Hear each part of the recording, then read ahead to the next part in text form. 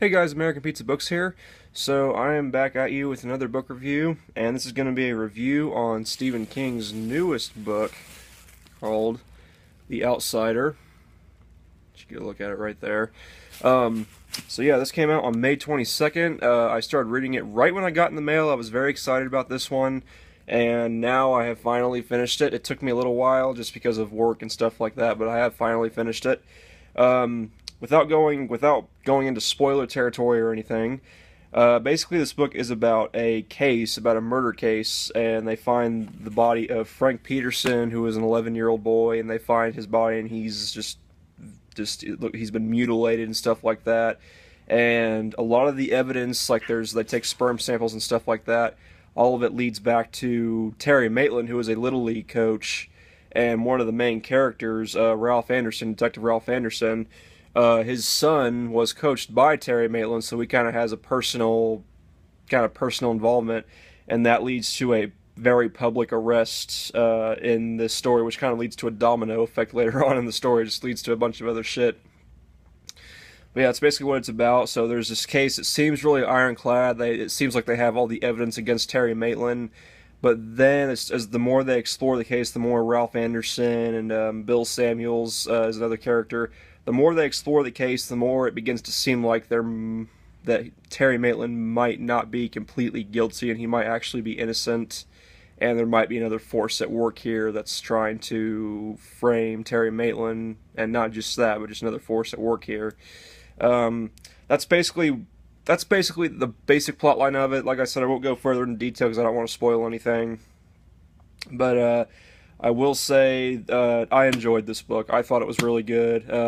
I was a little bit trepidatious. Like I was excited, but I was a little bit nervous because honestly, I haven't read Sleeping Beauty's his book that came out before this one. His book that he co-wrote with his son Owen King. For multiple reasons, but I'll read that book eventually, but it just I don't know, just from the plot alone, it just seemed like it was very just ham-fisted with the politics and everything, and I was afraid that that's what this book might turn out the same. But luckily, it didn't. It didn't get too political. It stayed on. It was just a good, fun. Kind of started out as a crime fiction, like crime thriller, but it turned to, the more it went on, it turned into a more of a supernatural horror that Stephen King is very well known for and everything. Um, which leads me into another thing. The pacing in this book was, in my opinion, it was flawless. Like, usually with Stephen King books, sometimes it's like a sagging middle. Sometimes, like, you get to a point where it's like things really slow down. And you're kind of just like, okay, let's move it along here. With this book, there was no sag middle, in my opinion. Like, it moved at breakneck speed. It was fast paced all the way through. Even at some of the moments that could be considered slower, I didn't really feel like it was slow. Like I was still interested in even in the parts that could be considered slow. To me, there was not really a slow part in this book at all. Um, Pacing was good. The story, um, I mean, the story was it wasn't anything like super special, but it was good for what it was. It was kind of cool because actually there was a character that crossed over into this book from the Bill Hodges trilogy, which unfortunately I did not read before reading this book, so I did get spoiled for a thing or two. Like really when because just tell you well, I guess this is kind of a spoiler too a little bit, but if you don't want to hear this part, mute the part for this video. But Holly from the Bill Hodges trilogy does show up in this book, and I thought that was pretty cool. Even though I haven't read the Bill Hodges trilogy and I haven't really experienced her as a character, I thought it was pretty cool that the Bill Hodges trilogy kind of tied in, like came in, crossed over into this book too. Um, which makes me wonder if like we'll get any more from the characters in this book, like if we'll get any more from like Ralph Anderson and with Jeannie Anderson, his wife, and some more from these characters in this book. It'd be pretty cool. Um, but yeah, I thought that was another pretty cool thing. And yeah, and then I guess another category would be the characters. Now, I mean, this is Stephen King. I mean, Stephen King usually goes all out on his characters, and I definitely cared a lot about these characters. Like Ralph Anderson, it's weird because Ralph Anderson and Terry Maitland, because Terry Maitland, I would say, is one of the main characters for this book. I would say Ralph Anderson is. I mean, Ralph Anderson is basically the main character of the book, but I would say Terry Maitland is also a main character because in the beginning of the book, you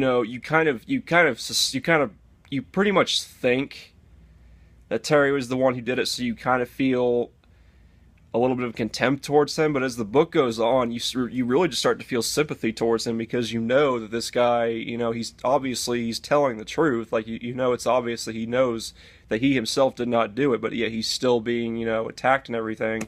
So you start to really grow sympathy for him and everything because he's a very beloved figure by everyone.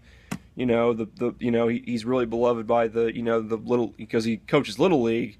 The people who kids that he coaches, they really adore him as a coach and everything, and he's just a really beloved figure. And then like at least then when Ralph Anderson publicly arrests him, it kind of just it really kind of just screws his life up completely.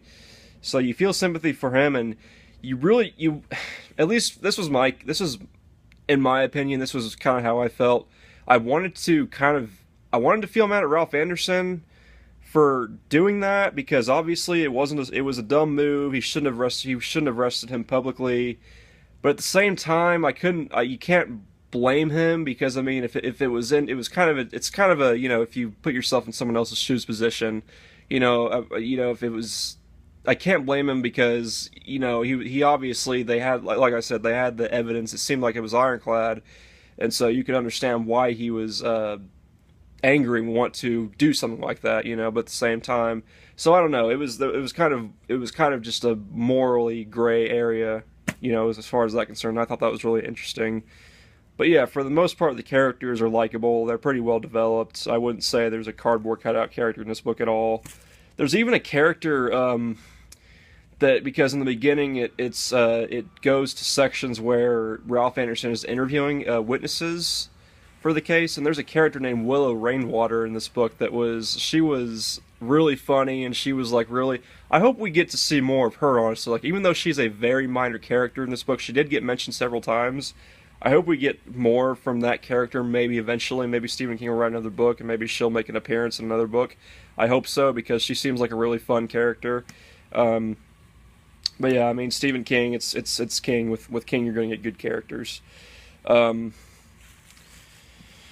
villain.